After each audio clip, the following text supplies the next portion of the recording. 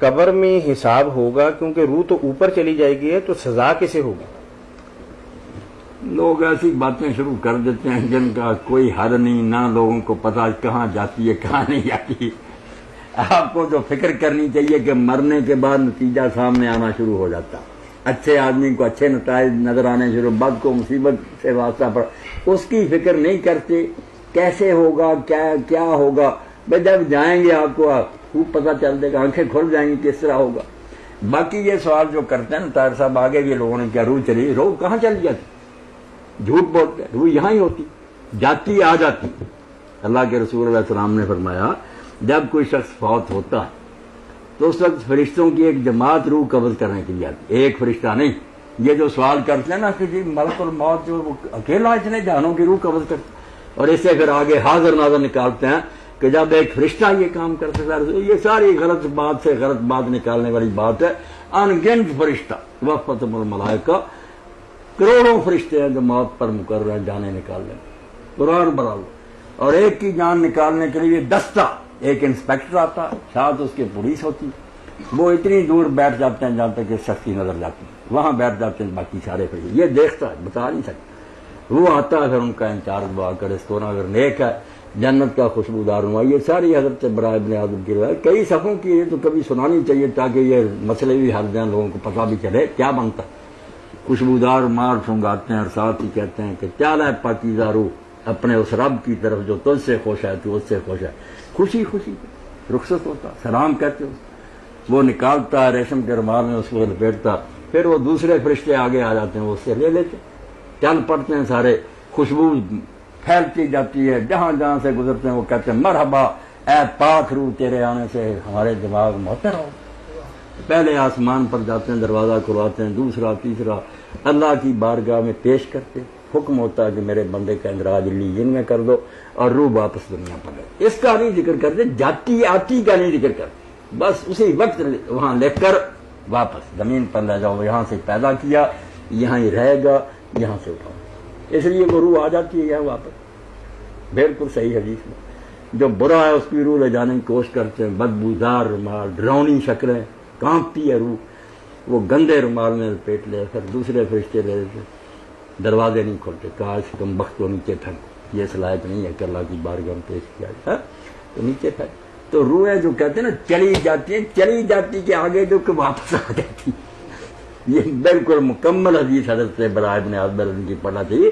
یعنی اب بعد میں کیا ہوتا کہ جب اس میں وہ باقی جیسے ابن قیم کہتے ہیں نا کہ آدمی خواب کی حالت میں جب تو روح کا تعلق ہے اس سے، مگر وہ اس طرح نہیں اٹھتا بیٹھتا جس طرح زندہ ہوتا، حالانکہ خواب میں دیکھتا ہے ایسے ہی ہے کہ میں اٹھ کر بیٹھا، میں نے عمرہ کیا، میں جہاز میں سوار، سب چیزیں نظر، وہی جسم وہی سب کو نظر آتا۔ یہ ایک نمونہ ہے دنیا میں خواب اس حالت کا۔ روح کا تعلق قائم کر دیا جائے، اس طرح نہیں سچ مچ اٹھ کر جس طرح آپ بیٹھتے ہیں پھر تو کھانا پینا شروع کر گھر کو آ جائے، نہیں، ریموٹ کی طرح ایک تعلق ہو جاتا ہے روح کا، جس سے وہ سوال سمجھتا ہے، جواب دیتا ہے، اس کو دکھ سکھ محسوس ہوتا ہے۔ بعد میں پھر جب جسم گل سڑ جاتا ہے اس کے بعد کہاں جاتی روح، اس کے بارے میں کئی چیزیں، شہید کی ہے تو وہ پرندوں کے پوٹوں میں، انبیاء کی ہے وہ اعلیٰ علیین میں، عام لوگوں کی جو ہے وہ ابن عبد البر فرماتے ہیں یہاں ہی قبر پر ہی مٹلاتی، وہاں اس کی روح ہے، اس لیے وہ کہیں نہیں گئی، وہاں سلام بھی سنتی ہے، جواب بھی دیتے۔ تو یہ لمبے چوڑے مسئلے جو ہیں ان کے پڑھنے کی ضرورت نہیں، روح واپس دنیا میں آ جاتی، یہ اس حدیث پاک میں صاف ہے۔ اس سوال کا دوسرا ٹکڑا پڑھ دیں۔ السلام علیکم۔ وعلیکم السلام۔ مفتی اعظم محمد اسحاق صاحب، میرے اکثر دوست بریکٹ میں لکھا ہے اہل سنت سے اس بات پر تبادلہ خیال ہوا ہے کہ وہ کہتے ہیں کہ جب ہم قبر میں جائیں گے مرنے کے بعد تو فوراً ہی نبی کریم صلی اللہ علیہ وسلم قبر میں تشریف لائیں گے تو سارے غم عذابات دور ہو جائیں گے، یعنی ہم نماز پڑھتے ہیں کسی کو دکھ نہیں دیتے، اس لیے ہم کو قبر میں نبی کریم صلی اللہ علیہ وسلم سارے دکھوں کے لیے کافی ہیں۔ پوچھنا یہ ہے کہ وہ کسی عقیدے کی بنا پر ایسا کہتے ہیں یا خوش فہمی میں مبتلا ہے؟ بس انہوں نے جو حدیث پاک میں آتا ہے نا کہ فرشتے پوچھتے ہیں اس سے تیرا رب کون ہے، تیرا دین کیا، اور اس میں یہ بھی آتا ہے کہ وہ کہتے ہیں ما تقولو فی ھذا الرجل، اس آدمی کے بارے میں تو کیا کہتا ہے۔ اس سے انہوں نے سمجھا کہ عربی زبان کے مطابق جب کہتے ہیں اس آدمی کے بارے میں تو کوئی ہے نا سامنے جس کے بارے میں ھذا الرجل کرے، ھذا اس میں اشارہ ہے، قریب کے لیے، اس لیے پاس ہی آپ کھڑے ہوتے ہیں، کہتے ہیں اس آدمی کے بارے میں تو کیا کہتا تھا. اس سے انہیں یہ سمجھ آئی اور وہ اس پر جم گئے. اب اس پر انہوں نے یہ بھی کہا کہ جیسے مولانا لکھتے ہیں احمد یار کہ جو نا ارشاد الساری میں علامہ کسرانی نے لکھا ہے کہ حضور علیہ السلام جو ہے نا وہ نظر آتے ہیں تو کہتا کہ مومنوں کے لیے یہ بہت بڑی بشارت، بشرا عظیم، مومن کے لیے بہت بڑی بشارت. مگر یہاں انہوں نے غلط بات یہ کی کہ اس کے آگے انہوں نے کسرانی رحمۃ اللہ نے لکھا تھا اگر یہ بات ہوتی تو مومن کے لیے بڑی بشارت تھی، مگر اس بارے میں دین میں کوئی چیز ثابت نہیں، اور جنہوں نے حاضر رجل سے نکالا وہ عربی زبان ان کا ساتھ نہیں گئی. اس کے لیے کسی شے کا سامنے ہونا ضروری نہیں، بے شک وہ دور ہو، نظروں سے اوجھل ہو، مگر اس آدمی کے ذہن میں ہو کہ کس کا پوچھ رہے ہیں. جیسے اس حدیث میں بھی آتا کہ جب وہ پوچھتے ہیں یہ کہتا مجھے تو سمجھ نہیں آئی، وہ پھر کہتے ہیں اللہ جی بعث فیکم، جو تم میں رسول بنا کر بھیجا گیا، پھر بھی سمجھ نہیں آتی، پھر وہ کہتے ہیں محمد. اس لیے سامنے وغیرہ کچھ نہیں ہوتا. یہ ایسے ہی ہے جیسے احمد بن قیس کہتے ہیں کہ میں نکلا چہار لگا کر صحیح بخاری میں کہ لینصر حاضر رجل، کہ میں اس آدمی کی مدد کروں. اب علی کہاں؟ ہزاروں میل دور.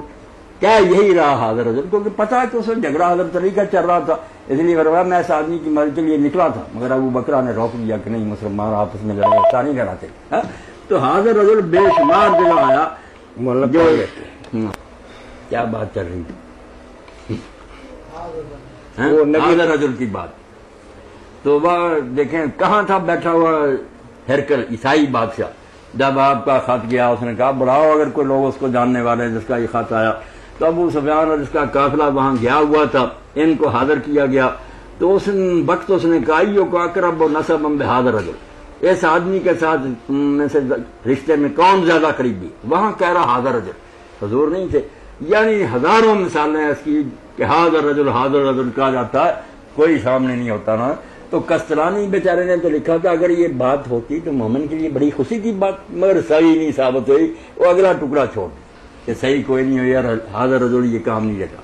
ٹھیک ہے. اس لیے ابن حجر رحمۃ اللہ علیہ اور امام سیوطی سب کہتے ہیں کہ جو حاضر رجل سے نکالتے ہیں وہ عربی سے کوڑا ہے، اس سے کوئی نہیں نکلتا، نہ اس کی کوئی دلیل ہے، آپ نہیں وہاں ہوتے.